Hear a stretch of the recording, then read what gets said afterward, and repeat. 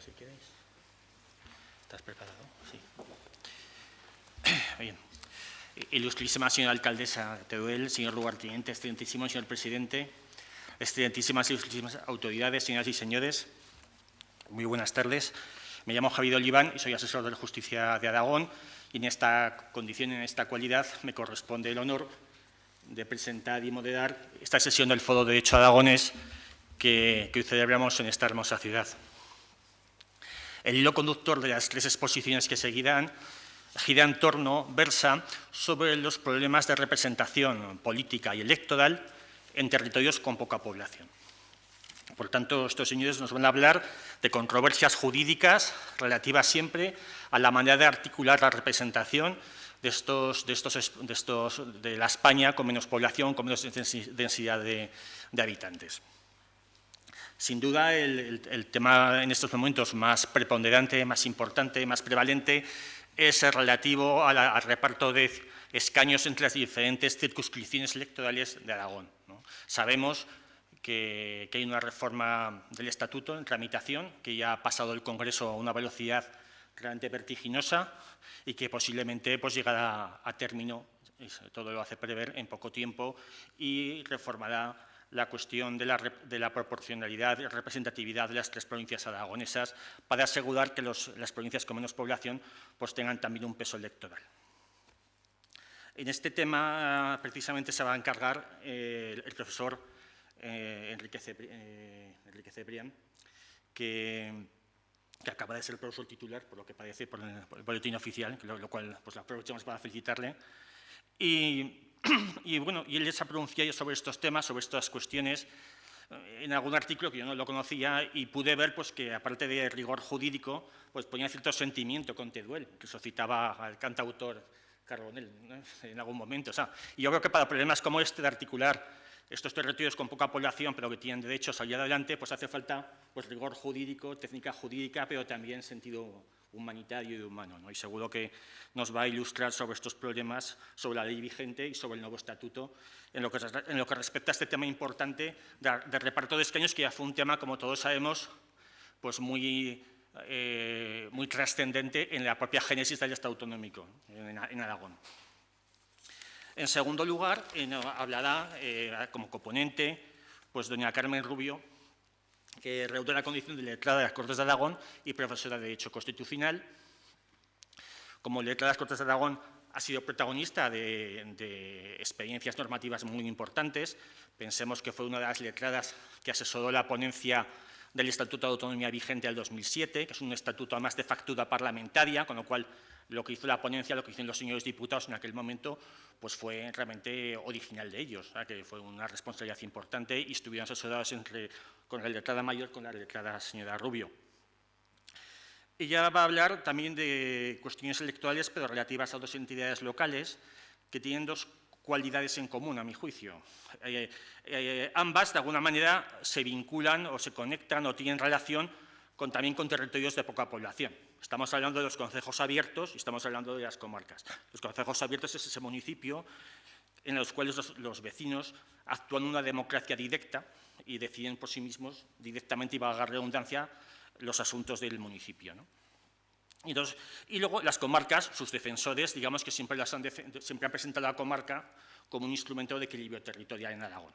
Por tanto, esa es una primera característica que uniría a esos dos entes locales. Pero además hay una segunda característica común, a nuestro juicio, que es la relativa a que en ambos casos ha habido una regulación autonómica. Ha habido una legislación autonómica tanto de los concejos abiertos, que por cierto fue recurrida en su día ante el Tribunal Constitucional y ya compareció como declarada en defensa de la ley, y por supuesto de las comarcas. Por tanto, son dos aspectos que permiten efectuar algunas reflexiones de interés, porque se trata de entidades que también van vinculadas o van conectadas a territorios con escasa población.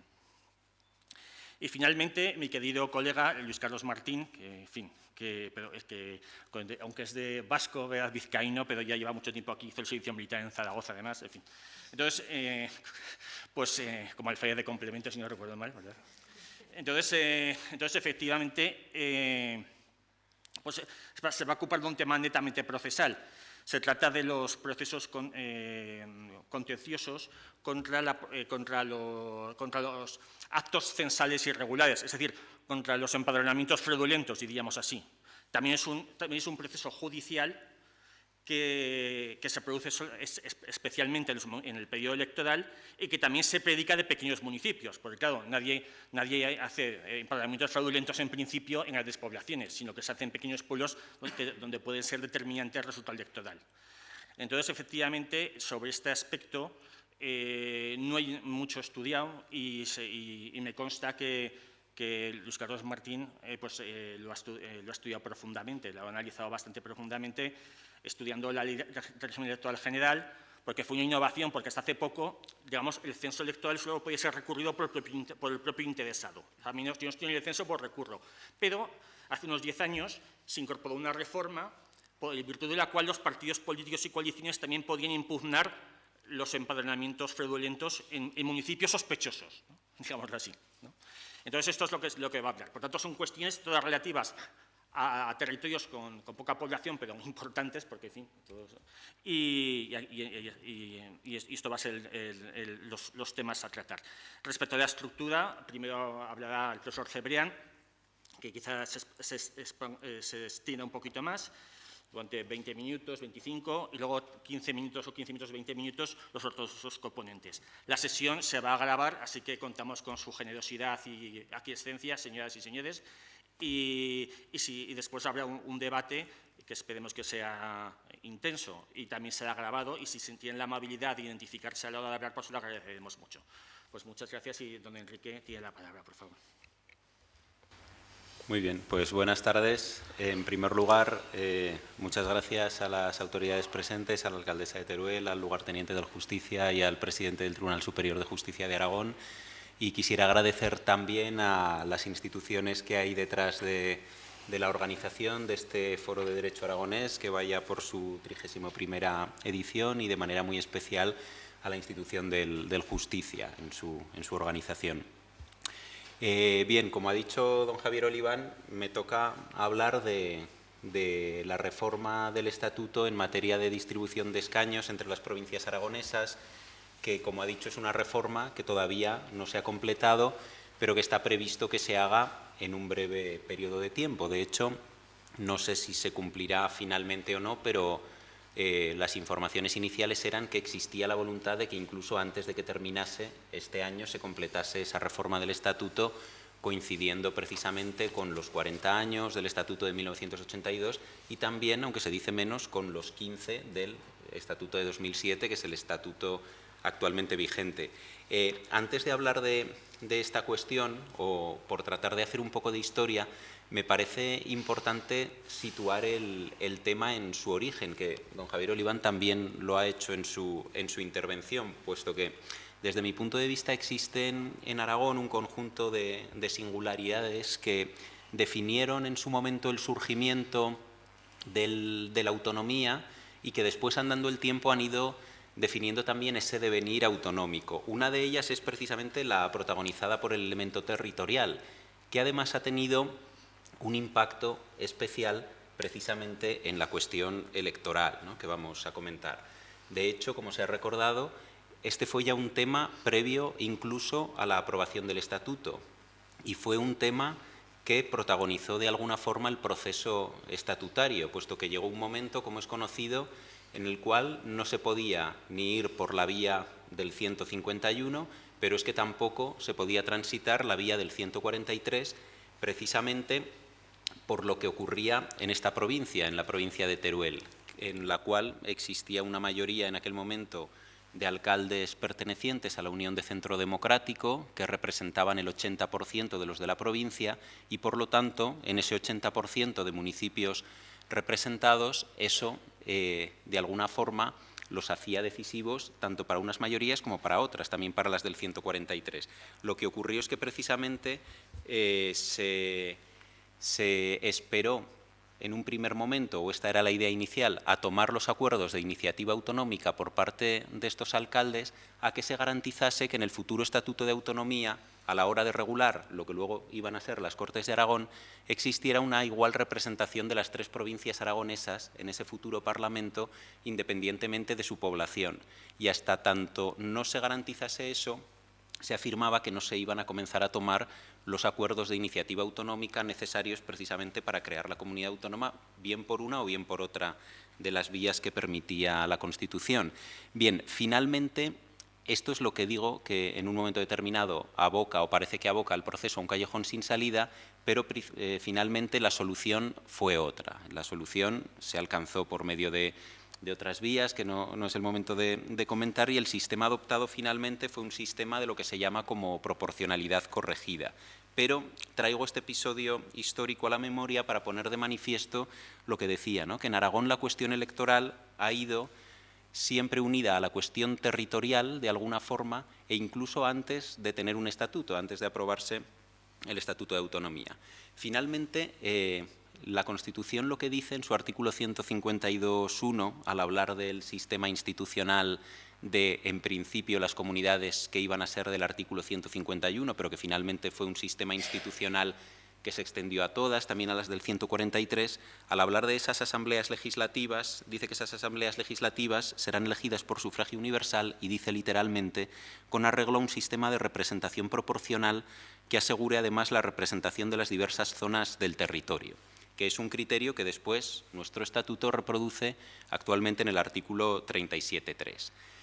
Fue la Ley 2/1987, de 16 de febrero, electoral de la Comunidad Autónoma de Aragón, la que vino en ese año 87 a regular las elecciones a las Cortes de Aragón, y su título cuarto, que comprende desde el artículo 12 hasta el 15, es el que recoge el concreto sistema electoral a utilizar.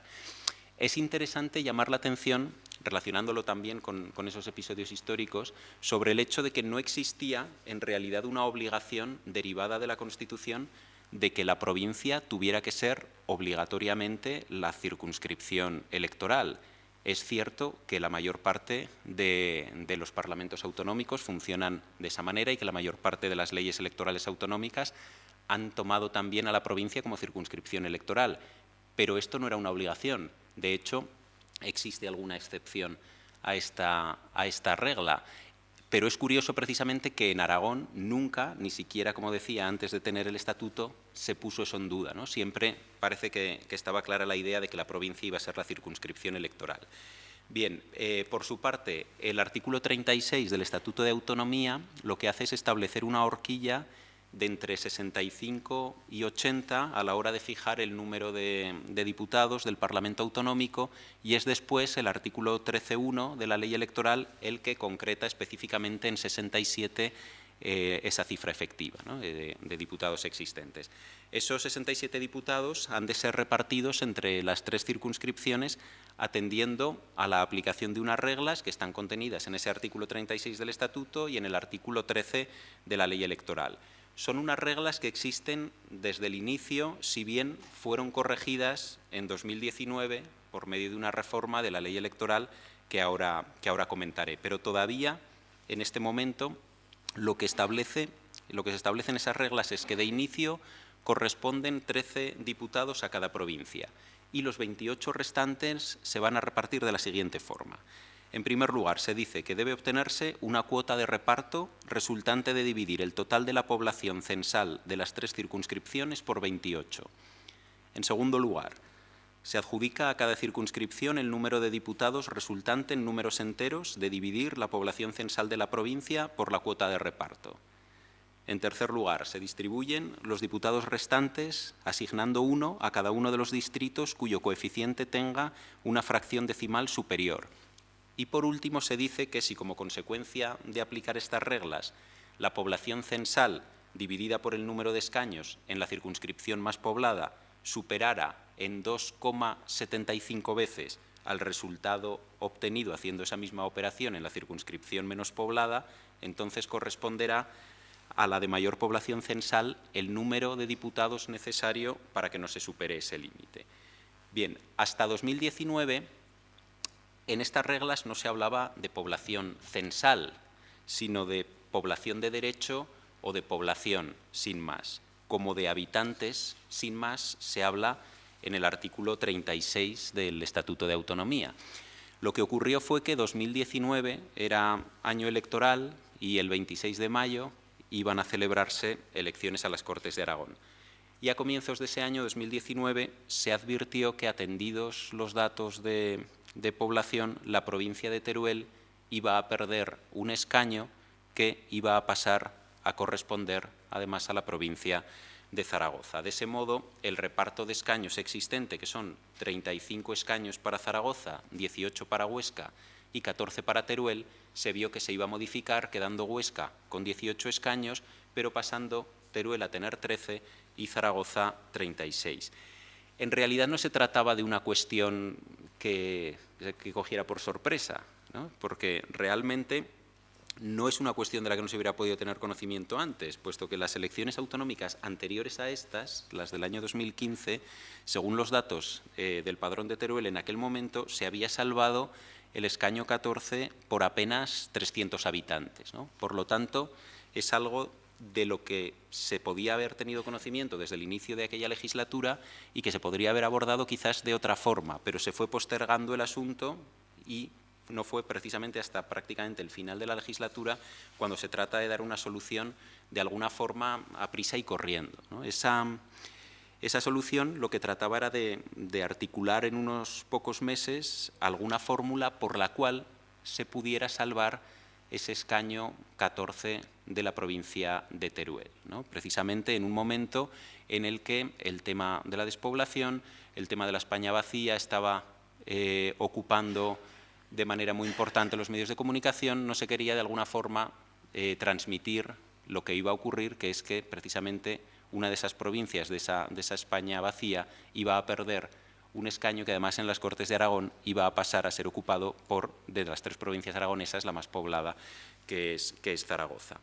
Se encargó por parte de la Junta de Portavoces a los servicios jurídicos de las Cortes de Aragón un informe, y el informe resultante fue un muy detallado y exhaustivo informe en el que se daban algunas soluciones, ¿no? Algunas posibles soluciones para tratar, como se decía, de salvar ese escaño 14. La primera opción que habría solucionado el problema consistía en subir la cifra que aparece en el artículo 36 del Estatuto, que antes he dicho, de 2,75 a 2,85, ¿no? Esta subida tan solo de ese 0,10 habría impedido que Teruel en esas elecciones perdiera el diputado. Sin embargo, esta primera solución se descartó de entrada, puesto que no era ya posible en ese momento tan final de la legislatura emprender un procedimiento de reforma estatutaria que, como estamos viendo ahora, hablando del que en la actualidad está llevándose a cabo, pues lleva sus plazos y sus tiempos, ¿no? Por lo tanto, la que habría sido quizás la solución más sencilla o la solución óptima se descartó desde un primer momento. Eliminada esta opción, existían 2 posibles líneas de actuación, ¿no? que se reflejaban en ese informe. La primera consistía en reformar el mínimo fijo de escaños por circunscripción, que estaba fijado en 13, y la otra consistía en actuar dentro de esa horquilla que va de 65 a 80 de diputados de las Cortes de Aragón permitida por el Estatuto de Autonomía. Descartadas todas las opciones por diversas causas, fue otra la senda que comenzó a transitarse por parte de los distintos grupos parlamentarios y agrupaciones parlamentarias en aquel momento de las Cortes de Aragón, a excepción en un primer momento del Grupo Popular. Lo que hicieron esos grupos parlamentarios fue que el 14 de marzo de aquel año registraron una proposición de ley dirigida a reformar la ley electoral de Aragón, y la reforma consistía en basarse en otra categoría hasta entonces no utilizada, que es esa que les comentaba antes y que he citado, de la población censal. De este modo, una vez descontados los 13 diputados con los que directamente cuenta cada circunscripción, la asignación de los otros 28 que restan se harían tomando como referencia la población censal de cada provincia y no la población de derecho, no la población sin más. Si la distribución de escaños se llevaba a cabo de esta manera, quedaba demostrado, se descubrió de alguna forma, que se mantenía el 14º escaño de Teruel y que además los de Huesca y los de Zaragoza permanecían sin sufrir modificación. Y esto es importante, porque dentro de ese informe elaborado por los letrados de las Cortes de Aragón, algunas de las soluciones también mantenían el escaño 14, pero a costa, por ejemplo, de que Zaragoza obtuviera 2 escaños más. Con lo cual, esa solución, de alguna forma, efectivamente habría salvado el problema, pero quizás habría planteado y habría puesto sobre la mesa un problema todavía mayor, que es que, bien, Teruel mantiene su escaño 14, pero, sin embargo, la provincia más poblada adquiere todavía 2 más. Bien, sin embargo, esto, introduciendo el elemento que se introdujo de la población censal, no ocurría. Zaragoza quedaba igual, Huesca quedaba igual y Teruel también manteniendo su escaño 14. La proposición de ley fue tomada en consideración por una mayoría de 51 votos a favor y 15 abstenciones y finalmente fue aprobada por unanimidad. Es decir, finalmente el Grupo Popular, que en un primer momento se había mostrado más reacio, una serie de argumentos, algunos de ellos, desde mi punto de vista, bastante válidos y que luego comentaré, pero, sin embargo, finalmente se aprobó por unanimidad, siendo que el artículo 37.6 del Estatuto de Autonomía no exige tanto, es decir, ya exige la mayoría absoluta, que ya es suficiente, pero, sin embargo, fue aprobado por unanimidad. El 29 de marzo, como digo, las Cortes de Aragón aprobaron la que fue la Ley 9/2019, de modificación de esa Ley 287 electoral de la Comunidad Autónoma, bajo cuya vigencia se celebraron ya los comicios de mayo de 2019. Es decir, las últimas elecciones se celebraron ya con esa regulación y la conformación del Parlamento Autonómico actual nace de esa regulación. ¿Cuáles son algunas cuestiones que creo que planteaban alguna duda, ¿no?, de esa regulación y que se contenían también en algunos de los argumentos y en algunos otros informes que encargó precisamente en un primer momento el Grupo Popular de las Cortes de Aragón, pero que luego, sin embargo, bueno, como les digo, la norma fue aprobada por unanimidad.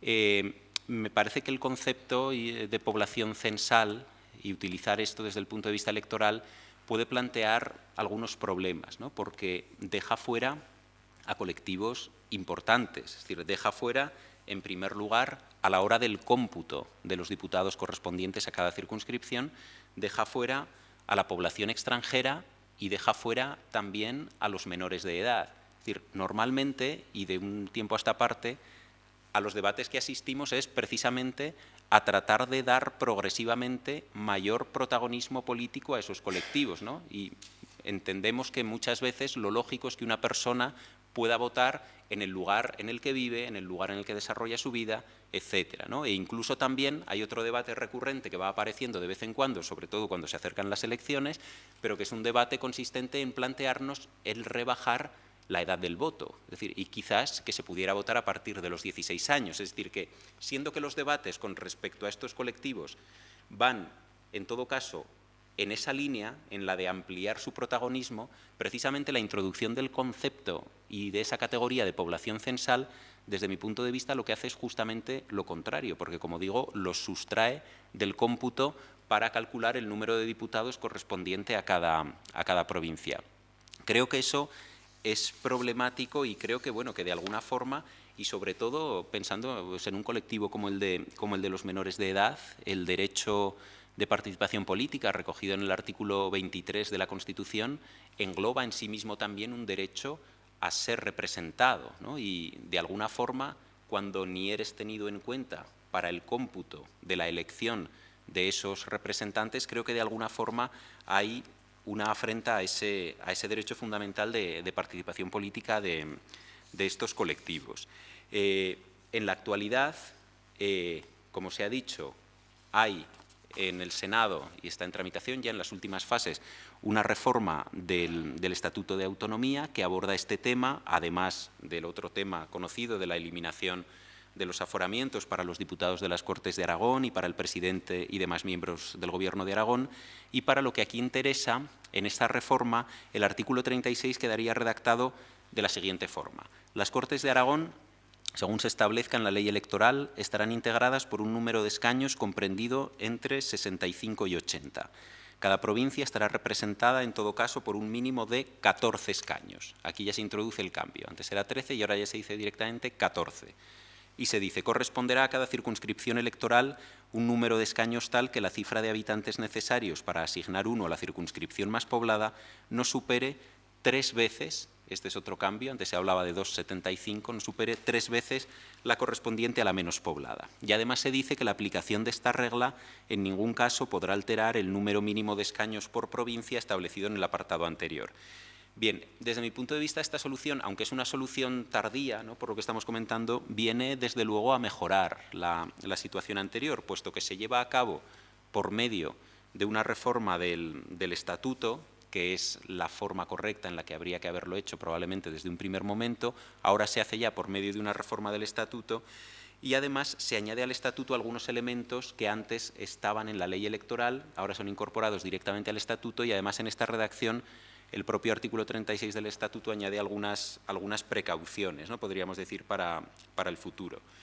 Creo que sí que sería positivo, una vez que se complete esta reforma del Estatuto, el positivo y necesario probablemente el abordar también la propia reforma de nuevo de la ley electoral para adecuarla a esta nueva redacción del Estatuto y sobre todo para eliminar ese concepto de población censal que pese a todo sigue planteando desde mi punto de vista los mismos problemas que antes planteaba y que ya no es necesario que sigamos utilizando esa categoría de población censal, sino que debemos seguir utilizando la que utiliza el propio Estatuto, que es la categoría de habitantes, la categoría de población.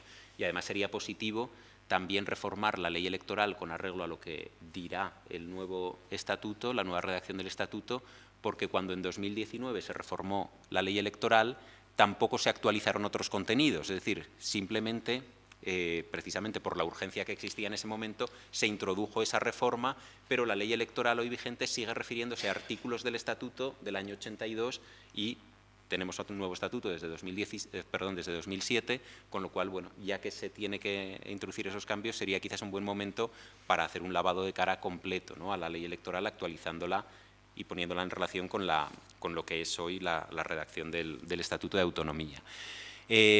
Pese a juzgar de manera positiva que esto esté en el Estatuto y no haciéndolo de la forma en la que se hizo en la ley electoral, creo que sigue habiendo de fondo algunos problemas, o si no problemas, algunos asuntos sobre los que debemos reflexionar y ante los que no podemos cerrar los ojos, ¿no?, y debemos reflexionar como sociedad, como comunidad, etcétera. En primer lugar, es el que tiene que ver con el funcionamiento del sistema parlamentario, ¿no?, algo de lo que Carmen Rubio, desde luego, podría hablar mucho mejor que yo. Y la realidad es que los parlamentos funcionan no tanto por el origen provincial de los diputados que allí se sientan, sino por el grupo político al que se adscriben. Entonces, es cierto, y todos sabemos lo que hay detrás de la voluntad de no perder un diputado, pero fríamente tenemos también que preguntarnos acerca de la efectividad de ello y de si eso va a tener verdaderamente o no una traducción en la dinámica parlamentaria, en el funcionamiento del Parlamento que va a nacer de las siguientes elecciones.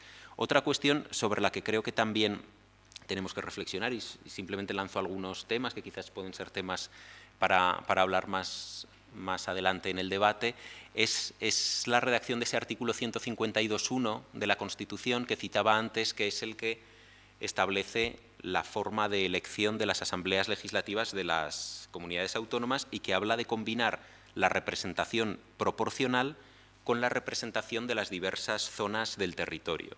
Bien, eso es lo que hacen la mayor parte de las leyes electorales autonómicas, eso es lo que hace también nuestra regulación electoral, pero quizás debamos preguntarnos también hasta dónde podemos estirar esa relación, ¿no?, porque al fin y al cabo es necesario, y yo veo muy positivo, que haya una representación de las diversas zonas del territorio.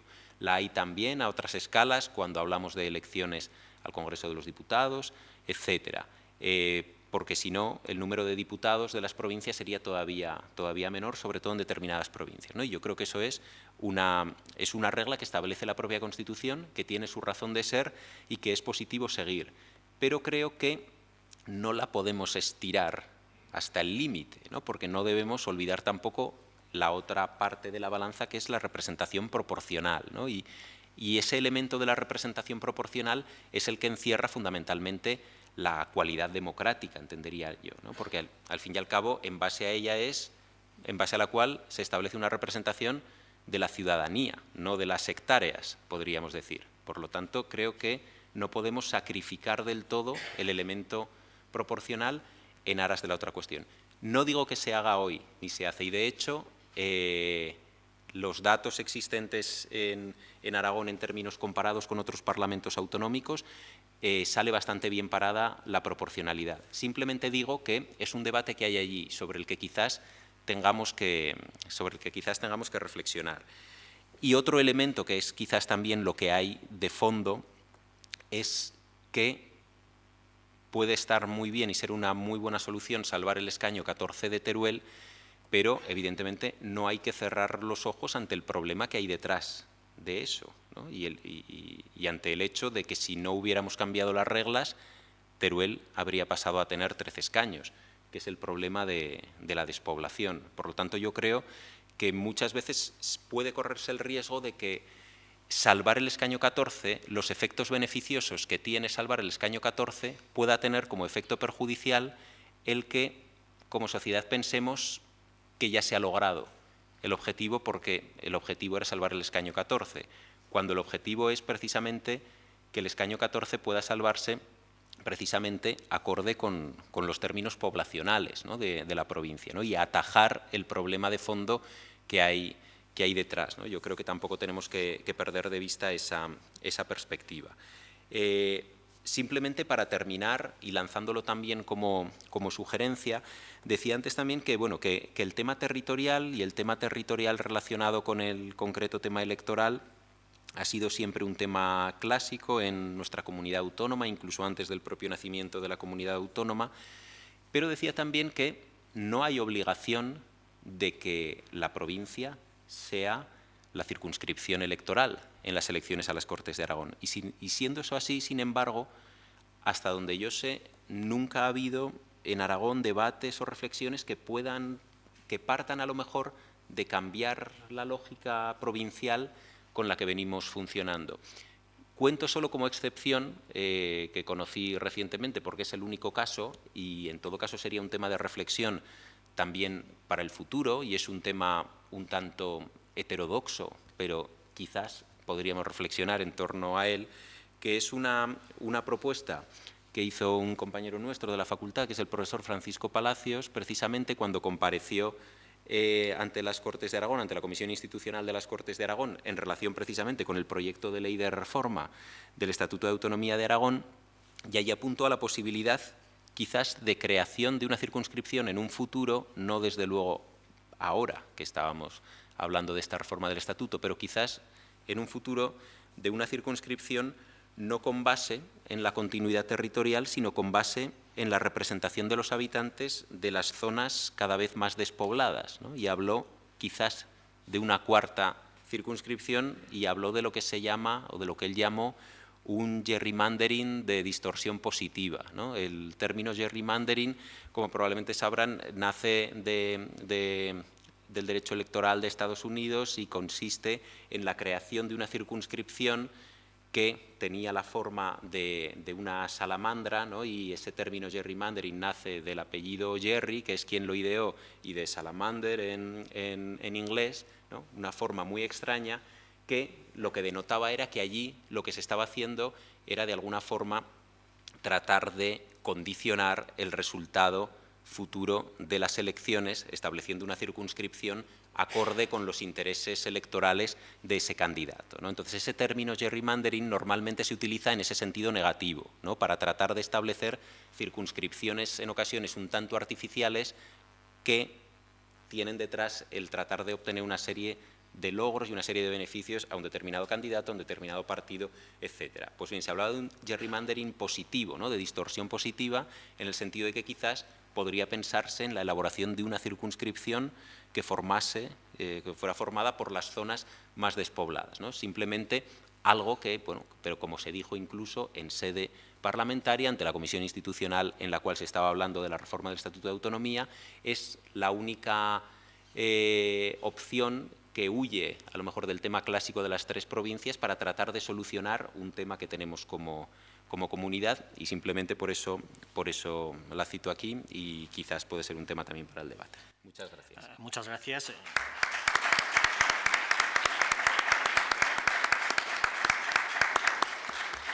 Muy bien, pues esta exposición muy interesante, en fin, que es con una reforma del Estatuto en ciernes, que además ha sido aprobada por unanimidad en las Cortes, en la votación sobre el proyecto del texto, lo cual es un dato objetivo importante, sin duda, o sea, que poner sobre la mesa. Pues pasamos a escuchar a Carmen Rubio, si es tan amable, por favor. Sí. Bueno, pues en primer lugar me gustaría agradecer a la institución del Justicia y a todas las entidades que participan en este Foro de Derecho Aragonés por la organización de este 31º encuentro. Mi gratitud asimismo al coordinador de esta jornada, Javier Oliván, y a la ciudad de Teruel, que esta tarde nos acoge, y sobre todo a las autoridades y todas las personas que asisten por su tiempo y por su atención. La existencia de un ámbito propio para el legislador autonómico en el sistema electoral de los concejos abiertos y de las comarcas dependerá, por un lado, de la regulación contenida a tal efecto en la Ley Orgánica Reguladora del régimen electoral general, como norma que concreta este régimen por disposición del artículo 81 de la Constitución, y, por otra parte, de cuál sea la concreta extensión de las bases estatales en materia de régimen local.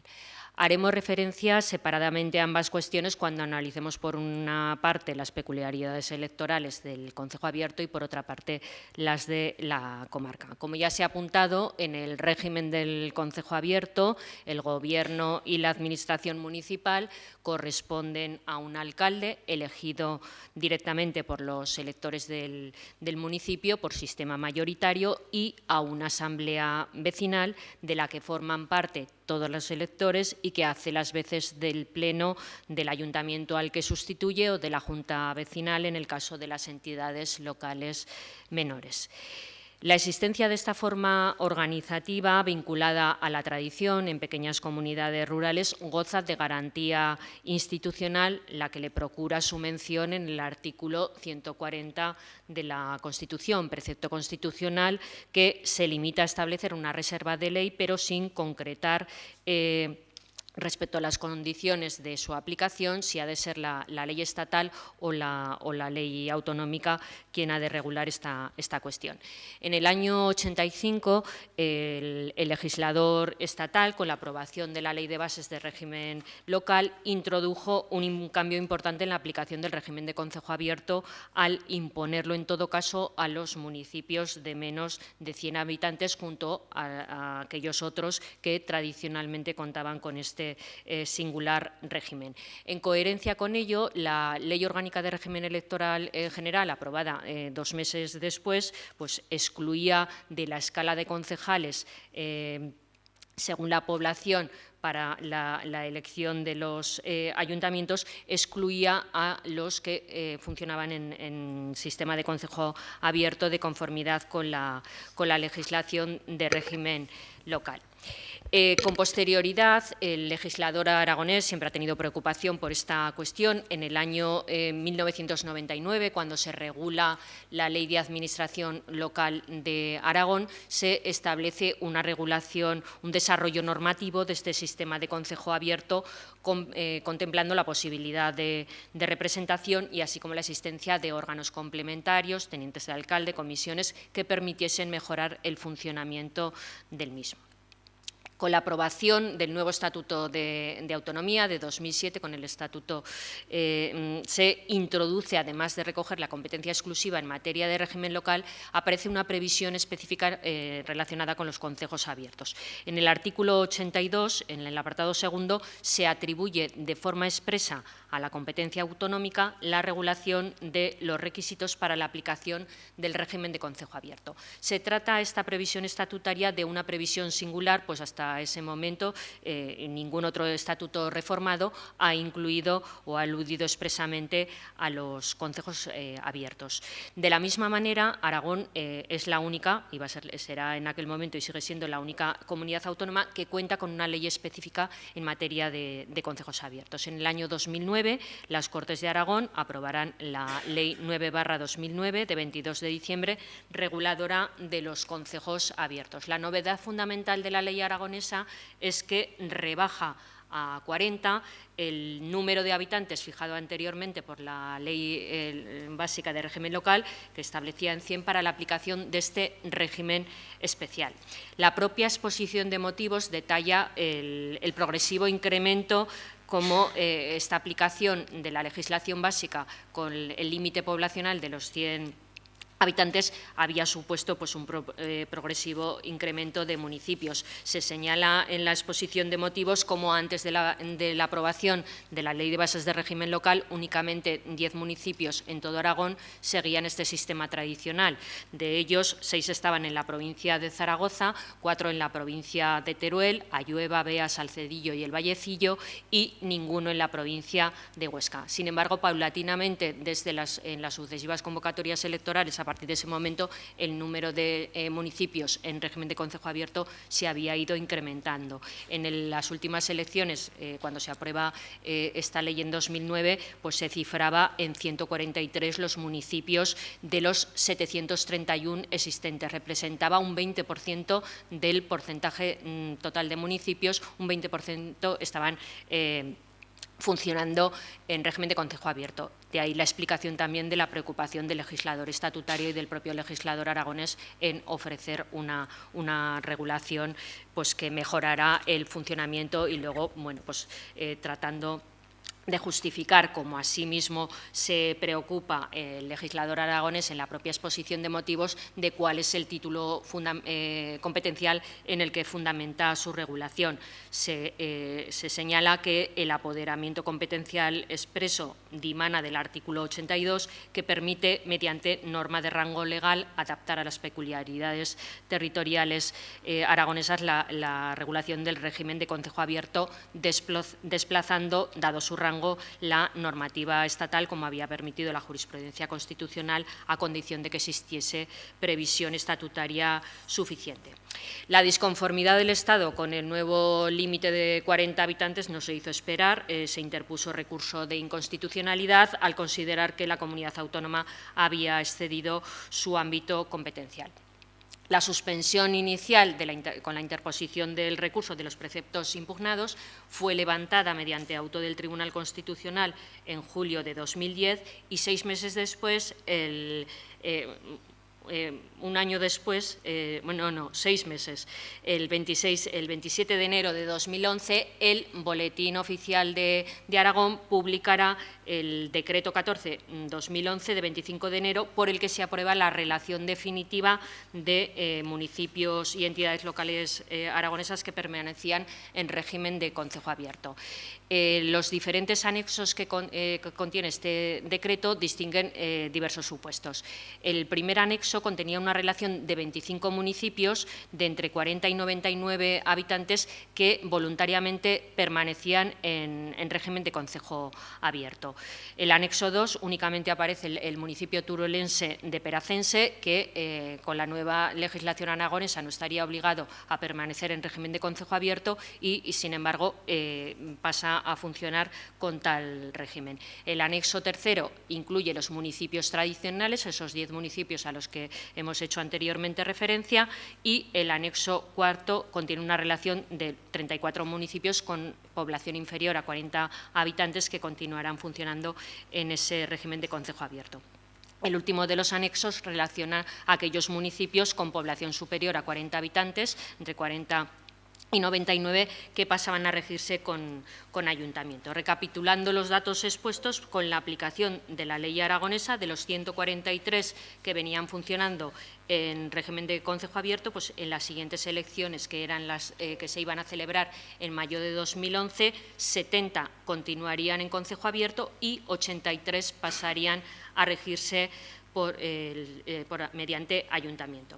Bueno, pues 2 días después a la publicación del decreto aragonés, el Boletín Oficial del Estado publicaba la Ley Orgánica 2/2011 de modificación de la LOREG, en la que se modificaba la escala del número de concejales a los efectos de posibilitar la constitución de los ayuntamientos con 3 concejales y, sobre todo, esa misma ley orgánica contenía una disposición adicional en la que se daba nueva redacción al artículo 29 de la Ley Reguladora de las Bases de Régimen Local, una modificación trascendental, puesto que el legislador estatal abandonaba el criterio poblacional establecido en la regulación de 1985 y volvía al sistema anterior de vincularlo a aquellos municipios que tradicionalmente contasen con este singular régimen de gobierno, respecto de los que adicionalmente se introduce el criterio de la voluntariedad. Señala ahora la Ley de Bases de Régimen Local municipios que tradicionalmente y voluntariamente cuenten con este sistema. Lógicamente, en aquel momento, ante la proximidad de la convocatoria electoral, se planteaban dudas de cuál era el régimen aplicable, si la legislación aragonesa o la nueva regulación estatal. Se efectuaron diversas consultas a la Junta Electoral Central, consultas que fueron resueltas mediante acuerdo de 17 de febrero de 2011, en la que la Junta Electoral Central señalara que a ella no le corresponde interpretar el sentido del artículo 29, puesto que se trata de una materia que, aun cuando tenga incidencia electoral, es de naturaleza estrictamente local. Al mismo tiempo, recordaba cuál era la regulación complementaria y que, conforme a la misma, esa regulación complementaria en los procesos electorales, se dispone la publicación en los boletines oficiales por las delegaciones y subdelegaciones del Gobierno durante los primeros 6 días de marzo, pues en los boletines oficiales, la relación de concejales y las cifras de población, y asimismo en esas relaciones se especifica aquellos que funcionen en concejo abierto. Pues bien, del contraste de esas relaciones de concejales que corresponden a cada municipio, que se publicaron en los 6 primeros días de mayo de 2011 en los boletines de Huesca, Teruel y Zaragoza, pues se puede comprobar que fue la regulación aragonesa la que fue aplicada, coincidiendo el número de municipios que permanecían en concejo abierto con la relación que previamente se había publicado en el decreto 14/2011. Nos habíamos quedado, si recuerdan, pendientes de que el Tribunal Constitucional resolviese el recurso de inconstitucionalidad contra la ley aragonesa. Será con posterioridad al proceso electoral de 2011, cuando el Tribunal Constitucional, mediante sentencia 210/2014, de 18 de diciembre, resuelva el recurso.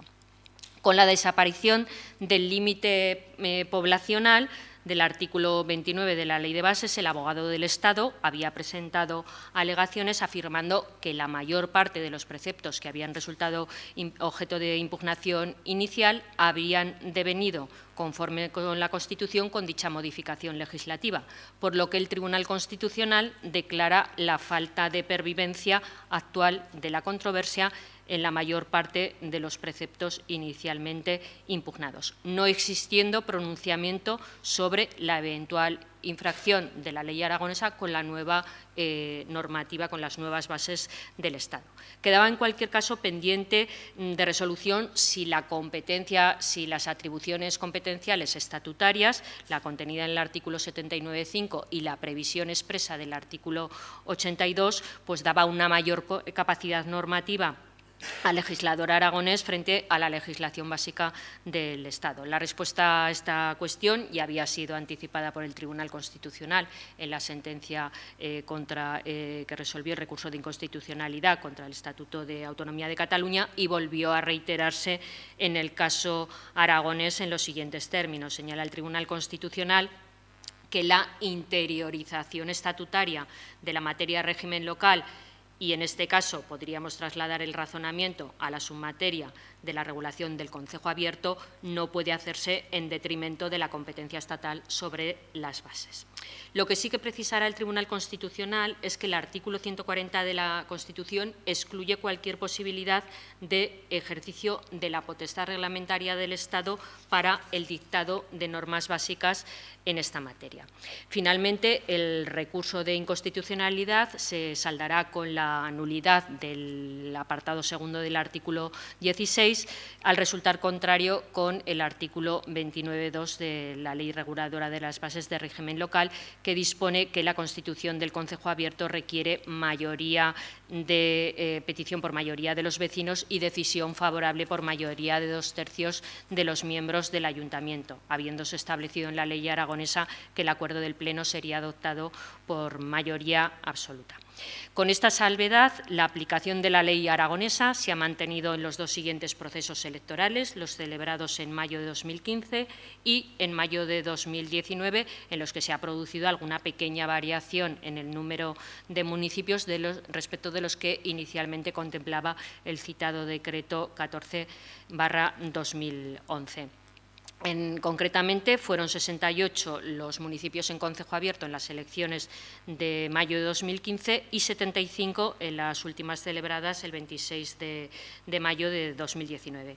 Aragón es la comunidad autónoma que más municipios mantiene en este sistema.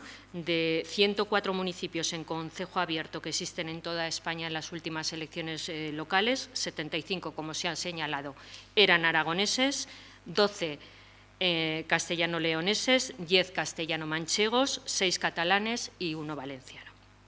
Me restaría referirme más brevemente al sistema electoral de las comarcas aragonesas. La LOREG no contiene previsión específica alguna en relación con las comarcas, siendo el artículo 42 de la Ley de Bases de Régimen Local el único precepto que expresamente se refiere a las comarcas. En aplicación de este precepto, el común de la doctrina identifica dos aspectos básicos fundamentales: la exclusión o veto de fórmulas de elección directa de los titulares de los órganos de gobierno comarcales y la necesidad de que sus miembros tengan la condición de concejales de los respectivos ayuntamientos. Con respecto a las anteriores cuestiones básicas, pues el margen de disponibilidad del legislador autonómico resultaba amplio.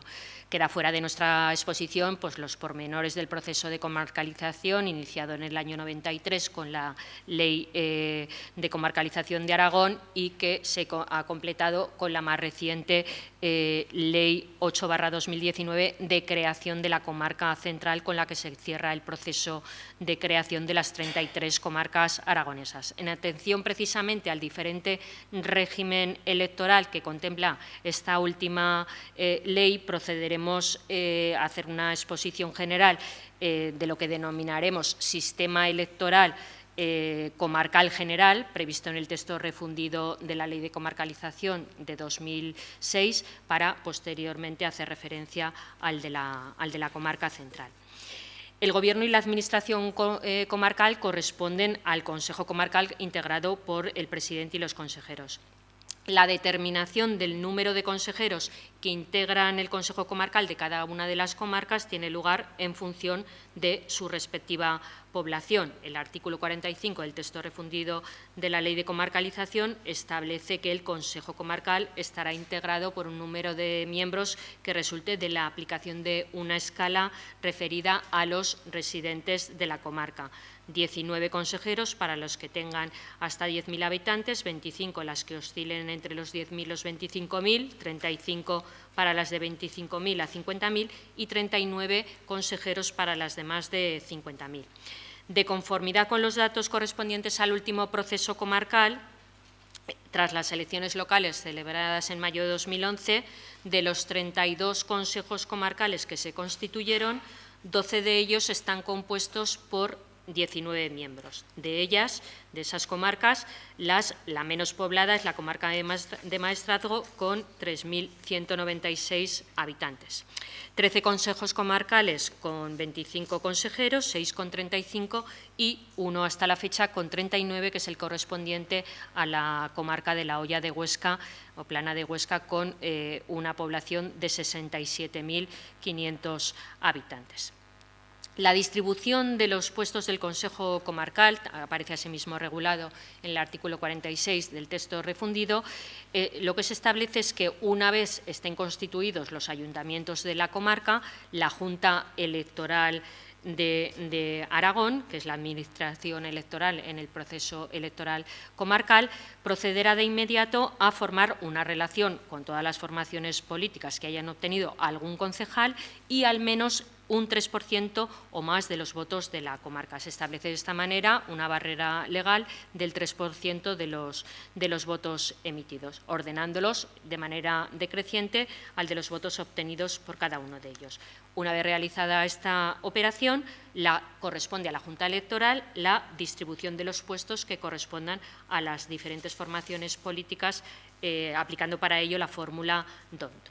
Una vez que han sido distribuidos los puestos entre las formaciones políticas, la Junta Electoral de Aragón convoca en la sede de las Cortes de Aragón a todos los concejales de las formaciones políticas que han obtenido puestos en el Consejo Comarcal para que designen de entre ellos a los concejales que habrán de ser proclamados consejeros comarcales, así como a los suplentes.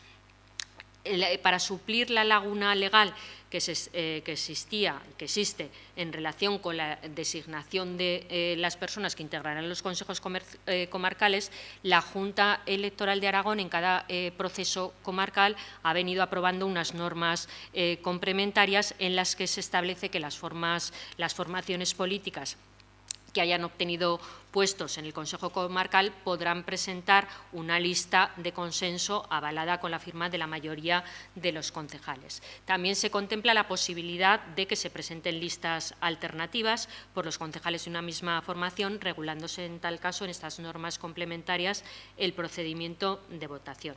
Una vez que han sido designados los consejeros y los suplentes, la Junta Electoral procederá a su proclamación y, a continuación, en los plazos estipulados, pues, se procederá a la constitución del Consejo Comarcal en la sesión constitutiva.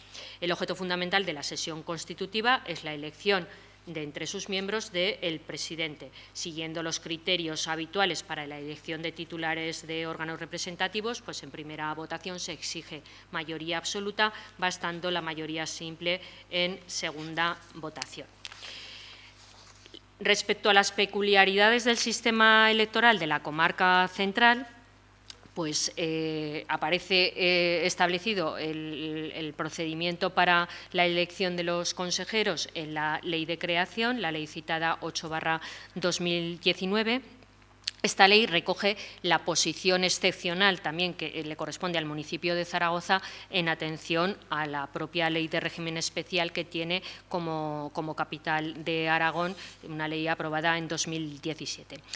Pues bien, las normas relativas a la organización de esta comarca establecen un sistema especial de funcionamiento. Para la gestión y prestación de los servicios se organiza en 5 ejes. En cada uno de estos 5 ejes participan distintos municipios que enumera la ley y en cada eje hay una comisión con un presidente, formando parte los 5 presidentes de los 5 ejes, una junta de coordinación.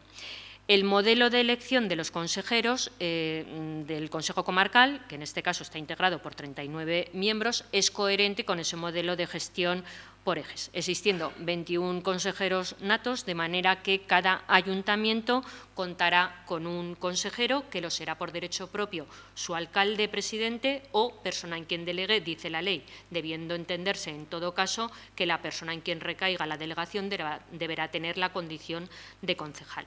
Bueno, pues teniendo en cuenta que son 20 los municipios integrados en el eje al que se suma el representante de Zaragoza, en esta primera fase resultan adjudicados 21 consejeros. Los 18 consejeros restantes se reparten entre los 5 ejes de la siguiente forma. En primer lugar, se calcula el número de consejeros que va a corresponder a cada eje sobre la base de la población total de los municipios que lo integran, siguiendo también la ley DONT.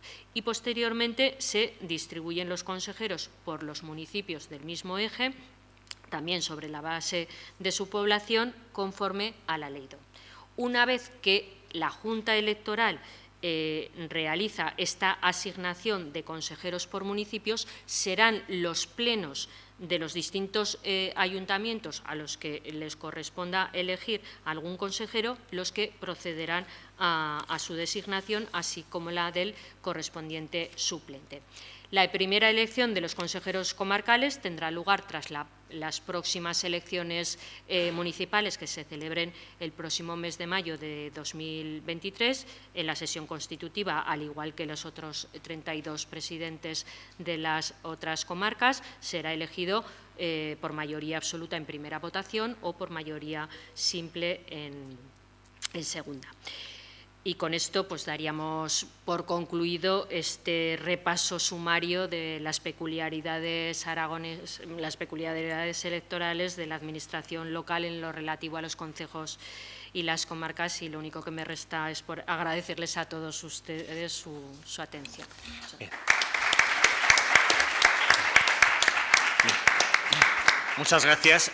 A continuación va a intervenir Luis Carlos Martínez Sante, que es juez del contencioso número 3 de Zaragoza, pero va a repartir, aparte de utilizar medios telemáticos, va a hacerse uso de un papel, el papel C2 no es total, y efectivamente es una guía que ayudará a seguir su exposición. En todo caso, te agradecemos mucho a Carmen Rubio su intervención, que realmente hay un ámbito legislativo autonómico importantísimo en estas materias y un papel de la Junta Electoral de Aragón espectacular por las lagunas del legislador, ¿no?, de la comarcalización. Pero, en fin, entonces vamos a dar la palabra una vez que ya Mario, como siempre, está ayudando. Hola, buenas tardes. Muchas gracias por la asistencia, gracias por tus palabras, Javier, y gracias también a, el staff del Justicia que pues permite que estemos aquí esta tarde, que estemos impartiendo, debatiendo estos temas que, yo sí tenía que apuntado que he hecho la cuenta, intervine hace 15 años en el Foro de Derecho Aragonés con un tema muy diferente y, no estaría mal que dentro de 15 años pudiera volver a intervenir, aunque ya sería un poco mayorcito a lo mejor, pero sería algo bueno, me imagino. Bien, yo voy a hablar del tema que está ahí delimitado, impugnación del censo electoral en periodo electoral. Tenemos esos dos conceptos, esos dos elementos, el censo electoral, el periodo electoral, y luego algo que es un poco más general, el censo electoral y sus irregularidades, porque se ve un poco en la fotocopia que he entregado que creo que es conveniente situar el tema porque si no nos podemos perder un poco en detalles o en aspectos que si no los enmarcamos de una forma más general, como digo, nos podemos perder. En cuanto a lo que he entregado, tenemos por una parte el índice donde están los puntos que voy a tratar. Seré telegráfico porque no se trata de agotar el tema, yo a veces tengo la tendencia de hacer tesis doctorales de muchas cosas, pero no se podía, evidentemente, porque como hay que ir a dormir, etcétera, etcétera. Y me parece interesante tener el índice a mano, porque así nos vamos situando. También una relación con la normativa, la resolución, las instrucciones que tienen relevancia en este punto y que a veces a la hora de citarlas o mencionarlas, como son muy largas, una vez que las tenemos ahí por escrito, es conveniente. La regulación del padrón municipal, que es un poco la base de todo esto, del censo electoral, por supuesto, que tiene detalles que a veces son curiosos o interesantes.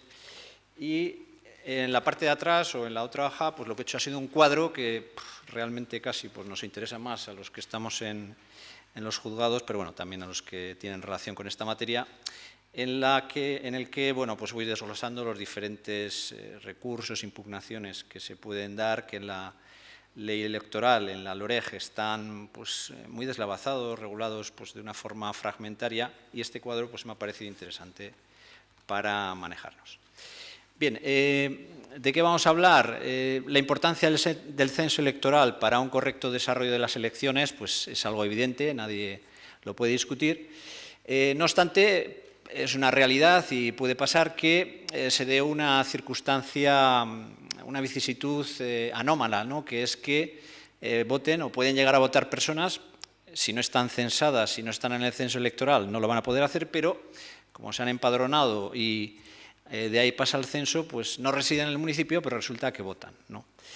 En las elecciones autonómicas, o en las generales todavía con mayor razón, pues dentro de una misma provincia pues puede dar lo mismo o da lo mismo estar empadronado en un pueblo o en otro, ¿no? He puesto el ejemplo de Puerto Mingalvo, pequeño, Alcañiz, porque la circunscripción es la misma. Pero claro, cuando hablamos de elecciones municipales, elecciones locales, ya la cosa cambia, porque tengo el dato, bueno, he puesto Puerto Mingalvo porque me parece un pueblo bonito, yo la vez que estuve, la verdad que me llamó mucho la atención, no sabía que era tan... Bueno, hace muchos años también.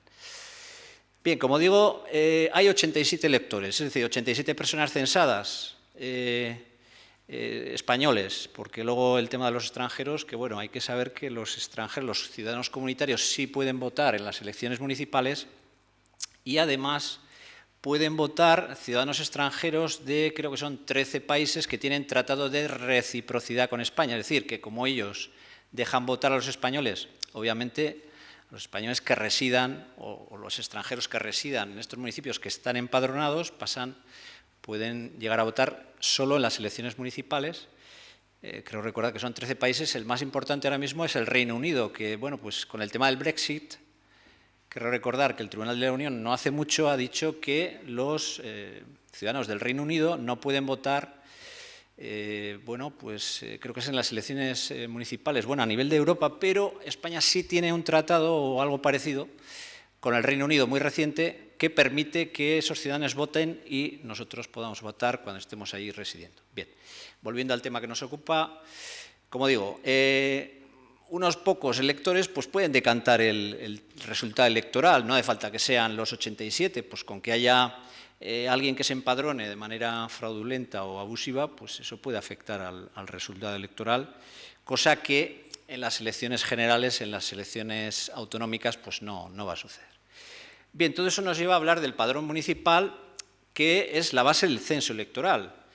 El padrón municipal lo gestionan los ayuntamientos y es donde bueno, pues el ciudadano se inscribe, se empadrona, accede al padrón municipal, pero automáticamente esa información o el padrón municipal pasa al censo electoral que gestiona la Oficina del Censo Electoral, que es un órgano que está integrado en el Instituto Nacional de Estadística, dentro del Ministerio de Economía, que ahora se llama de otra manera, y eso tiene su relevancia. Bien, vamos a hablar de unas ideas generales, pasamos ya al punto 2, sobre la rectificación e impugnación del censo electoral en periodo electoral. Las elecciones son el 28 de mayo, elecciones municipales, también autonómicas, y aquí tenemos ya la idea del periodo electoral, convocatoria de elecciones, etc. Bien, si esta es la línea del tiempo, pues la convocatoria de elecciones, en principio, según los plazos, será el 3 de abril de 2023, si no me equivoco, no he hecho mal los cálculos.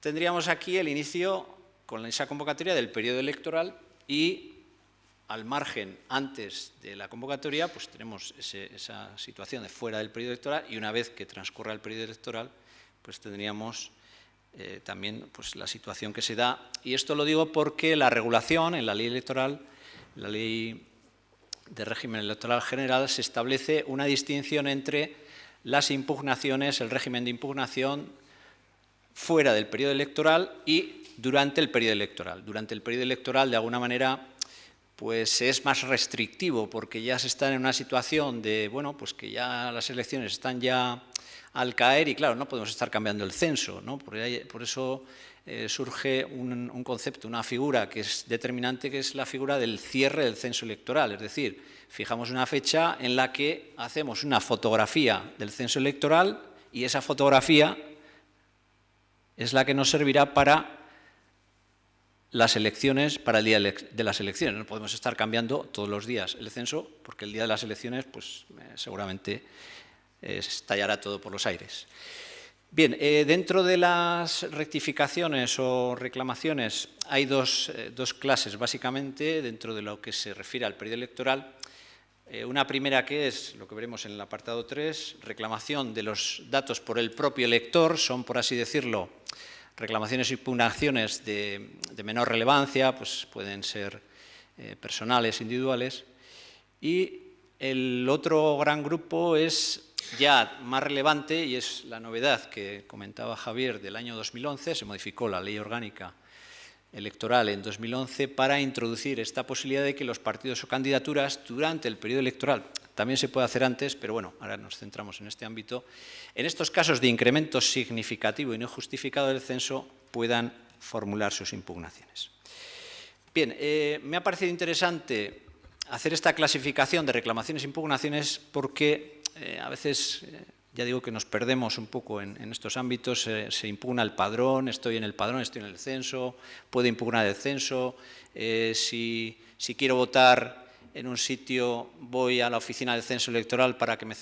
Bien, a veces hay un poco de confusión y me ha parecido interesante, pues, aparte de estos gráficos que también me parece que sitúan un poco en el tiempo, hacer estas clasificaciones, ¿no? Según el periodo de tiempo en relación con las elecciones, ¿no? Pues en periodo no electoral, ya lo hemos visto antes, o ya en el periodo electoral, que es un poco, como decimos, más delicado, y la clasificación es importante porque la regulación cambia, es decir, en cada momento pues tenemos unos preceptos, unos requisitos, unas posibilidades, etcétera, etcétera. Bien, según el sujeto y ámbito de la reclamación. Reclamación por el propio elector, pero referido a sus datos personales, y la otra opción, siempre partiendo de la regulación, la impugnación por partidos políticos o, ya cuando hablamos del periodo electoral, los representantes de las candidaturas, que es una de las figuras que se exige pues, que esté presente en las elecciones y que permite esa comunicación con las candidaturas.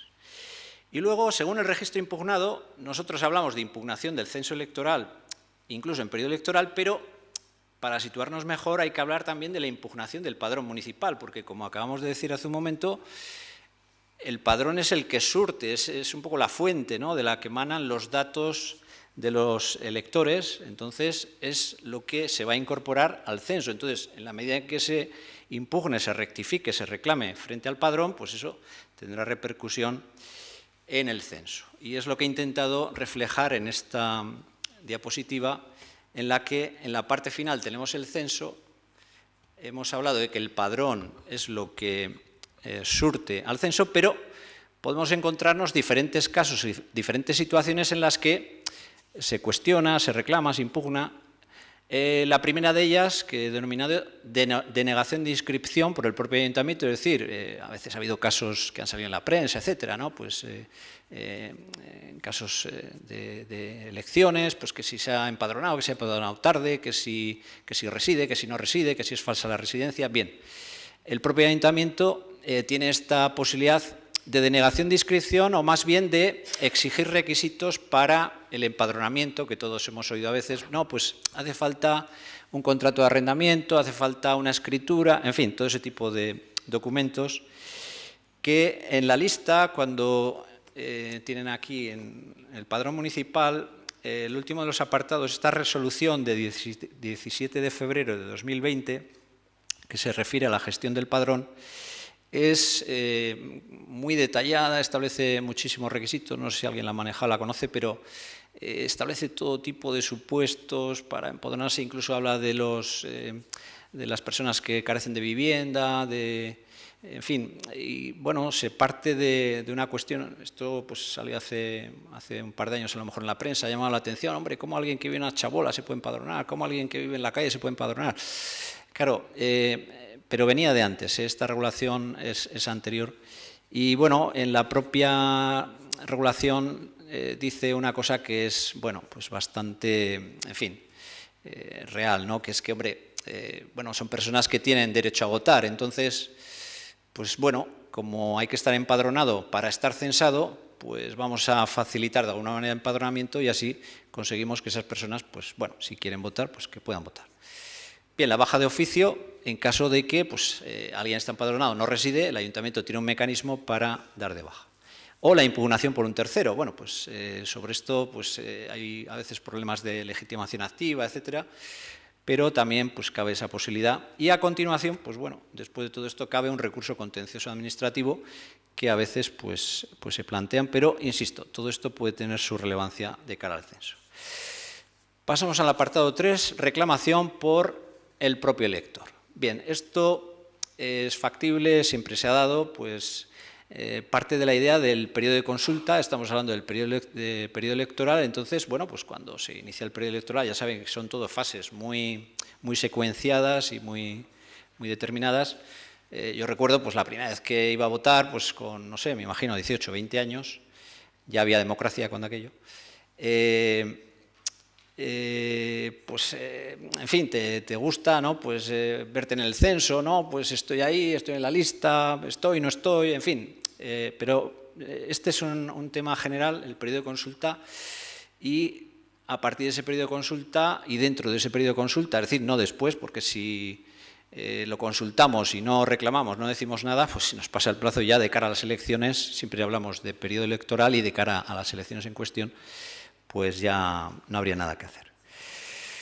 Bien, hay dos clases de reclamaciones, pues reclamaciones sencillas, pues algún error en el apellido, etcétera, no hay demasiados problemas, pero el apartado B, el cambio de municipio, eso ya es más problemático. Y aquí es donde surge la idea esta que hemos comentado de cierre del censo electoral. Es decir, hay una fecha, en nuestro caso será el 1 de febrero de 2023, a partir de la cual, bien, pues usted puede cambiar de padrón, puede cambiar el censo, pero ya no se va a tener en cuenta para las elecciones.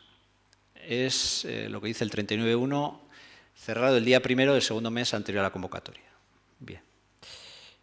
Sobre esta cuestión de las reclamaciones de los datos personales, tenemos esta resolución de la Oficina del Censo Electoral, que también está en la lista y que, bueno, pues nos establece una serie de casos y demás. En caso de que la resolución de la Oficina del Censo pues, sea desestimatoria, pues cabe recurso ante el juzgado de lo contencioso con unos plazos muy breves, 5 días naturales, para tramitar y para dictar sentencia. Pues antes me preguntaban cuánto se tarda en un asunto, pues a lo mejor son meses o a lo mejor puede llegar hasta un año incluso, pero aquí en 5 días tenemos que tramitar el asunto y dictar sentencia. ¿Por qué? Porque los plazos en periodo electoral, los plazos son siempre muy perentorios, todo va encadenado, va engranado, entonces no puede haber retrasos porque, claro, no puede suceder como un juicio, pues sí, bueno, pues alguien se pone enfermo el abogado, se suspende y lo señalamos otro día, las elecciones pues tienen que ser el día de las elecciones y no podemos estar esperando a otros temas. Bien, el apartado 4, que es un poco el que puede ser más llamativo, es impugnación del censo por entidades políticas o representantes de candidaturas, ya dentro del periodo electoral tienen que ser estas, que es lo que pues tiene quizás más relevancia. Bien, se regula en este precepto, artículo 39.4 de la LOREG, se introdujo este sistema vigente en la actualidad por esta ley orgánica en 2011. Ya había algún precedente, alguna tímida tentativa, pero hubo un par de sentencias del Tribunal Constitucional, que recordar que eran de 1999, en las que se impugnó el tema del censo, pero no directamente, sino que se impugnó a posteriori, es decir, cuando ya se habían proclamado los electos en algunos municipios, pues municipios pequeños, se habían proclamado y entonces a raíz o en ese momento se impugnó la proclamación de esos electos con base en que el censo electoral estaba adulterado, había fraude en el censo electoral porque había mucha gente que no residía allí y pese a ello estaba censada y había votado. Bueno, el Tribunal Constitucional dijo que no existía esa posibilidad, que no era posible con la legislación vigente que se modifica en 2011 formular esa impugnación, sino que había que acudir a la reclamación del censo, que incluso el propio Tribunal Constitucional decía que era una laguna que, bueno, en la actualidad hay alguna posibilidad, pero hay que partir de una idea, que es que la impugnación no es plena, total, sin más, puedo impugnar todo aquello que me parezca, bueno, según la regulación, todo lo que me parezca incorrecto, ilegal, todo lo que sea fraude, sino que hay unas determinadas pautas o determinadas limitaciones. Como digo, se introduce este sistema de alertas, que es otro de los conceptos o de las figuras que tiene relevancia en este punto, y se refiere, nos lo dice el artículo 39.4, a circunscripciones, sobre todo tiene sentido, como digo, en elecciones municipales o locales, en que haya incremento de residentes significativo y no justificado. Tenemos aquí una especie de concepto jurídico indeterminado que habría que colmar.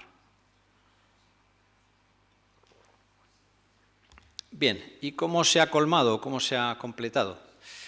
Pues a través de una instrucción de la Junta Electoral Central, ya había algún precedente, pero esta es posterior a la ley, evidentemente, que también la tienen reseñada en la documentación, Y aquí se introduce esto que hemos denominado sistema de alertas, control de altas, que parte de pues, establecer unas pautas cuantitativas con base en el número de lectores y, bueno, pues a raíz de esas pautas pues, de incremento de censo, cuántos se censan en el trimestre, en el semestre, etcétera, etcétera, fijamos unas pautas y, como el censo electoral está totalmente automatizado en la oficina del censo electoral, pues eso va a saltar automáticamente si se incurre en esa alerta, pues como pongo aquí, como en el móvil, ¿no? Que cuando hemos gastado muchos gigas, pues nos avisa, ¿no? Pues aquí lo mismo.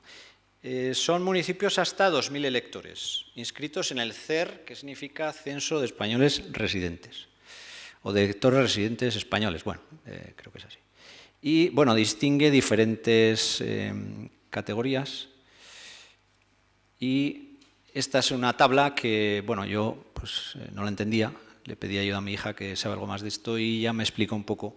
Bueno, la idea es que, bueno, pues depende, obviamente, ¿no? La alerta del número de electores en ese municipio, la tendencia, que significa que puede ser decreciente o creciente, es decir, si un municipio va creciendo de población no es lo mismo que uno que vaya decreciendo. Si uno va decreciendo, pues con que se empadronen 5 o 6, pues ya eso es sospechoso, porque si todo el mundo se va de este pueblo y luego unos porcentajes y demás, bueno.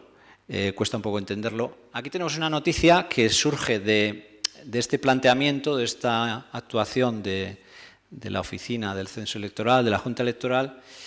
Es de 2019 en relación con las elecciones anteriores y aquí tenemos un poco el mapa de lo que sería pues, las situaciones donde pues, puede haber sospechas. Esas alertas no significa que haya fraude, simplemente decir, bueno, pues aquí pasa algo, ¿no? Pues a lo mejor tiene su explicación. Pues porque se ha implantado pues una fábrica o porque se está construyendo ahora el tema este de los molinos, de las instalaciones solares, en fin, todo este tipo de cosas. Bien, realmente esto tiene truco porque aquí los puntitos en rojo son los que realmente se detectaron por el sistema de alertas y estos en azul o verde, no sé, que hay uno por aquí por Teruel, Zaragoza, realmente son elaboración del periodista. O sea, el periodista pues, se metió, porque te puedes meter en el censo, no con los datos personales, pero sí las cifras, electores, etcétera, y le pareció bueno, pues que estos otros municipios que marcó él, no la oficina del censo, pues también eran sospechosos. Bien, hoy, 22 de noviembre de 2022, estamos fuera del periodo electoral, que hasta bueno, la convocatoria de elecciones no se iniciará, pero si nos metemos, por curiosidad, yo lo hice, y bueno, nos podemos meter qué pasa o cuál es la situación o dónde hay problemas en este mes, pues tenemos aquí lo que nos dice la página web y como se ve, pues tampoco ha sido para tanto, ¿no? Porque aquí se habla de la provincia de León, uno en Palencia, y bueno, pues son municipios pequeños, como se puede ver, y bueno, pues realmente muchos están repetidos, con lo cual pues tampoco ha sido, parece ser tan grave como pues podría parecer a simple vista, ¿no? Eso significa, y bueno, es un poco lo que habría que analizar a continuación, bueno, pues a partir de esa alerta, una vez que salta la alerta, pues la oficina del censo no resuelve, no desempadrona a nadie, etcétera, etcétera, sino simplemente informa y son las candidaturas o los partidos los que tienen la pelota en el tejado y pueden impugnar el censo si consideran que efectivamente ha existido un fraude, etcétera, etcétera. Cabe la posibilidad de reclamación ante el juzgado, en este caso de lo contencioso. Bien, voy a hablar de algunos aspectos procesales y simplemente decir que bueno, pues, tenemos el cuadro resumen donde se recogen pues, las diferentes posibilidades de impugnación. Básicamente tendríamos que ir a los artículos 39 y 40, que son los que nos ocuparían o la impugnación dentro del periodo electoral, pero creo que es bueno pues, contemplar las diferentes opciones. Como se ve, la regulación es bastante fragmentaria. Bien, en cuanto a la reclamación, los recursos ya en la vía judicial, la vía contencioso administrativa, en la Ley Electoral General hay unos pocos preceptos especiales. Por ejemplo, los plazos sí son muy perentorios, sobre todo en el periodo electoral, porque, claro, tiene que llegar el día de las elecciones con todo ya solucionado y no podemos estar entreteniéndonos. Y sí que hay una regla importante, que es que los plazos son siempre por días naturales. Artículo 119 de la LOREG, que se aplica tanto a lo que es el procedimiento, como si dijéramos, administrativo, como también en el ámbito judicial. Es decir, si llega el sábado o el domingo y hay que trabajar, pues nada, pues manos a la obra y adelante. No tienen sentido las medidas cautelares en estos asuntos, durante el periodo electoral. Fuera del periodo electoral ya es otro mundo, incluso si hablamos del censo electoral. Pero dentro de estos asuntos no tiene sentido, porque si hay que poner sentencia en 5 días, pues la medida cautelar, pues para cuando la tramitamos ya se nos ha pasado el tiempo. Bien, tenía aquí apuntado el tema de la vinculación. Esto sería un poco para el fondo del asunto, ¿no? La residencia, ¿no?, que para la Ley de Bases de Régimen Local es la regla para el empadronamiento, ¿no? Se debe estar empadronado en lugar de residencia habitual. Es un concepto de hecho, la prueba pues a veces puede ser difícil. Bueno, esto siempre plantea problemas. El tema de la residencia habitual, el primer día, el día que se habló de la vecindad civil, pues también surgió un poco este problema. En teoría, según la ley, pues tiene que haber esta vinculación, residencia habitual, padrón y censo, tienen que ir de la mano. Bien, ya para terminar, pues unas consideraciones finales. Como se puede comprobar, partiendo de la idea de que el censo electoral es muy delicado, de que bueno, pues hay que dar seguridad jurídica el día de las elecciones, no podemos estar con jaleos, con líos, tiene que estar todo resuelto, pues la verdad es que hay muchas limitaciones, muchas restricciones a la hora de permitir esa impugnación, sobre todo en el periodo electoral. El sistema de alertas pues, ha funcionado de aquella manera, pero bueno, también es cierto que, como digo aquí, la propia existencia de controles y garantías por sí mismos y al margen de su mayor o menor utilización origina un mayor grado de cumplimiento de la norma. Si alguien sabe que bueno, pues eso puede corregirse, que se puede impugnar, que se puede recurrir, pues a lo mejor se lo piensa 2 veces y si ve pues, otros casos que se pueden plantear o sale su municipio en esa página de Internet, pues a lo mejor, o incluso en noticias de periódico, pues puede ser un poco así, ¿no? Los casos más graves se castigan, como se conoce, como delitos electorales. Bueno, termino. Quiero mandar un fuerte abrazo a Ángel Dolado, que es compañero nuestro, o era, y bueno, pues creo que... Bueno, era, yo que no lo... En fin. Bueno, lo importante es el abrazo, que se lo mando y muy fuerte. Y bueno,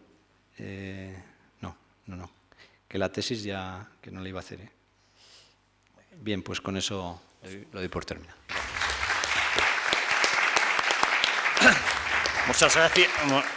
Muchas gracias por la brillante exposición, incluso por la publicidad subliminal de un libro que apareció en un momento dado, que toda ayuda es poca también a la venta de ejemplares, ¿no? Bien, pues, en fin, pues vamos a comenzar, si son tan amables, con el debate. En fin, es una miscelánea, o sea, es un tutti frutti, con perdón, de cuestiones y seguro que hay alguna pregunta, alguna inquietud. Incluso, no sé si tenemos aquí a la jueza del territorio, estamos en su partido, querida Elena. No sé si quieres comentar alguna cosa de esta miscelánea de asuntos, de los concejos abiertos, que has tenido algún asunto, de los contenciosos electorales, etcétera, o de los empadronamientos fraudulentos en este partido.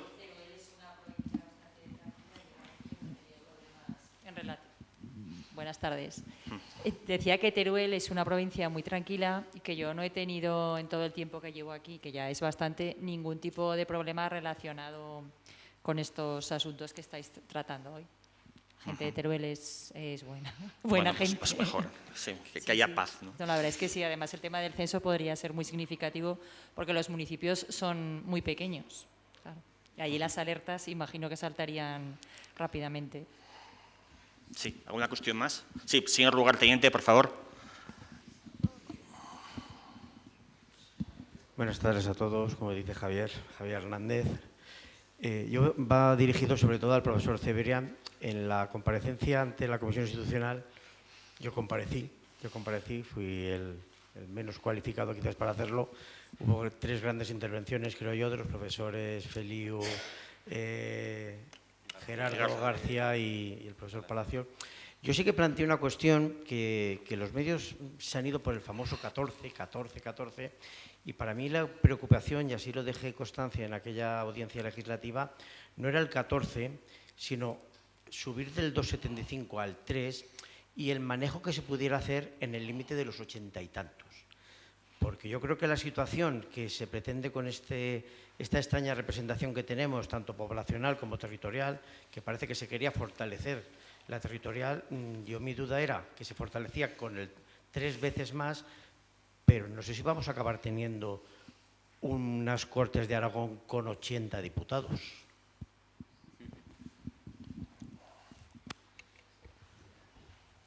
Sí, pues muchas gracias, porque además, bueno, sé que comparecí allí porque vi en directo la propia comparecencia y luego la he vuelto a ver recientemente precisamente para preparar esta ponencia. Y sí que es cierto que, bueno, quizás ese sea el camino hacia el futuro, no lo sé. Quiero decir, la posibilidad de ampliar los escaños de las Cortes de Aragón. Es un tema que también se trató precisamente en el informe elaborado por los letrados de las Cortes de Aragón, que agotaron todas las opciones posibles, ¿no?, para tratar de presentar todas las diversas opciones. Esa es una también. La razón por la que se descartó esa posibilidad tiene que ver fundamentalmente, desde mi punto de vista, con la mala prensa, podríamos decir, que podría tener esa solución, ¿no?, de decir, todavía ampliamos más el número de diputados. Es decir, es algo que muchas veces se tiñe de demagogia, pero que es difícil de que la opinión pública lo acepte, ¿no? Entonces, yo creo que la razón principal por la que no se ha optado hoy por hoy por esa posibilidad tiene que ver con eso. Yo no sé si en el futuro puede ser una solución o no. De hecho, si me permites, en la tramitación de la reforma fue uno de los aspectos que se discutió. El grupo parlamentario quería establecer una limitación del número máximo de diputados y otro grupo quería todavía elevarlos. O sea, que es uno de los pocos temas en los que hay, por lo que se ve, entre los señores diputados discrepancias, ¿no? O sea que, en fin. A cuenta, precisamente, sí. Yo creo que hay en dos momentos, en la propia tramitación de la reforma de la ley electoral, se planteó también, hubo proposiciones alternativas, y en alguna de las que se presentaron, que luego se retiraron, pero una de ellas, el planteamiento era la asignación mínima inicial de 14 escaños por provincia, pero respetando el 2,75, con la opción que conllevaba de 2 diputados más a la circunscripción de Zaragoza, elevando el número de diputados. Claro, yo como letrada de un Parlamento y de las Cortes de Aragón, bueno, tampoco es ajeno ese debate, quizá sin la presión por la desafección que puede haber en este momento, o si la opinión pública es favorable o no a que se pueda incrementar el número de diputados, pero también fue algo que precisamente cuando se abordó la elevación de la horquilla que podía tener en el Estatuto en la reforma de 2007, pues los propios diputados que compusieron la ponencia, pues de alguna manera en una perspectiva de futuro, pues no eran ajenos a que esa situación precisamente podría ser consecuencia de respetar pues el 2,75, que al final es una corrección, se puede elevar a 3, se puede seguir elevando, pero que en algún momento si la cuestión de fondo, que es el sistema poblacional y de asentamiento que tenemos y la despoblación, pues en un momento u otro puede causar nuevamente fricción, con lo cual también en un debate sereno, porque toda la materia electoral lo que está claro es que tiene que ser su reforma lo más alejada posible del proceso electoral en concreto.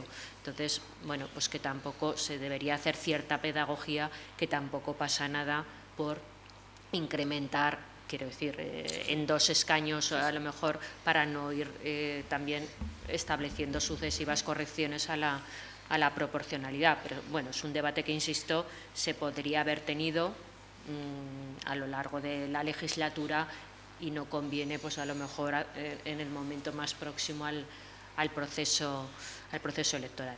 Está presente esa... ¿Alguna cuestión más, por favor? Bueno, yo si me permiten, si no quiero abusar de lo respetable público, pero realmente si hoy el señor presidente del Gobierno decidiría disolver las Cortes Generales y no aprobarse la reforma del Estatuto, tendríamos una ley electoral que hace referencia en Aragón al censo electoral, ¿no? a la población censal. Entonces, se han hecho una serie de objeciones sobre el fondo de esa decisión, que se excluya pues, a ciertos colectivos, etc. Pero esta ley, desde el punto de vista constitucional, en la medida que se podría violar el Estatuto, podría producirse el caso, porque claro, el Estatuto, si no recuerdo mal, habla de población en general, y la ley matiza a población censal, ¿no? que es una cosa bastante, no extravagante, pero sí extraña, ¿no? Entonces, claro, es verdad que dándole vueltas, claro, frente a lo que se ha dicho, el tema electoral siempre ha unido la nacionalidad. O sea, los derechos electorales, salvo las elecciones locales, incluso para el sufragio pasivo hubo que modificar la Constitución, o sea, siempre ha sido un derecho de la ciudadanía. Entonces, claro, quizá esta vinculación, esta conexión del artículo 13 y 23 de la Constitución favorecería la constitucionalidad de tomar el censo electoral. Pero, en fin, quería saber un poco la opinión aquí de los ponentes cualificados que se dedican todo el día a estos asuntos estatutarios. Sí, por favor. Bueno, vamos a ver, yo creo que no ya en ese escenario, sino quiero decir, eso es lo que ocurrió con las elecciones celebradas en 2019. Se planteó ya y algunos de los reparos que había, pero que finalmente fueron superados con la aprobación de la ley por unanimidad, algunos de los reparos tenían que ver con eso. Yo, desde mi punto de vista, lo veo de dudosa constitucionalidad, precisamente por lo que estábamos comentando. El Estatuto habla de habitantes. De población, ¿no? ¿La expresión que utiliza? ¿No? Bueno, población. El 36. El 36 habla de habitantes y la ley electoral, antes de la reforma, hablaba de población, que se entiende como sinónimo de habitantes, que es de lo que habla. Más poblados, dice, no sé cómo dice. El Estatuto. Sí. Pero el término, creo que del artículo 36 es habitantes. Es decir, los habitantes son los habitantes, no es la población censal. Es decir, es introducir, creo, un criterio cualitativamente diferente que contraviene, desde mi punto de vista, lo que dice el Estatuto. En ese sentido, lo veo de dudosa constitucionalidad, por contravenir precisamente lo que dice el Estatuto. Esto no quiere decir que no se pueda funcionar con un sistema electoral en base a la población censal, como idea general. A mí, particularmente, por las razones que he explicado, no me parece lo más adecuado en términos democráticos, ni lo más correcto. Pero sí que es cierto que hay algunos sistemas electorales de otros países que funcionan en base a la población censal. Hay un informe también del Consejo de Estado del año 2009 sobre reforma del régimen electoral que contempla esa posibilidad. Es decir, no es una cuestión absolutamente extraña. Podría funcionarse, pero hoy por hoy, con la regulación que establece el Estatuto, creo que lo que decía la ley de 2019... Lo que dice. Sí, lo que sigue diciendo, efectivamente, la ley de 2019 choca con ese concepto de habitantes, desde mi punto de vista. Sí, de hecho, también se ha planteado y en los propios expertos que comparecieron también en las audiencias legislativas dentro del proceso de tramitación de la reforma estatutaria, pues se apuntó la necesidad.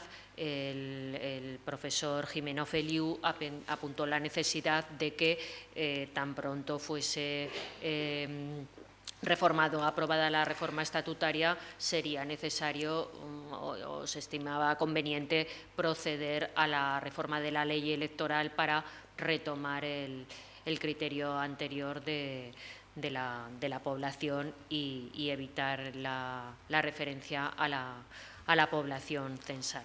Con independencia de que la ley, una vez que se apruebe el Estatuto, si realmente entrará en contradicción, habrá que reformarla necesariamente, porque ahí la asignación mínima es la de 13 y la corrección también es la del 2,75.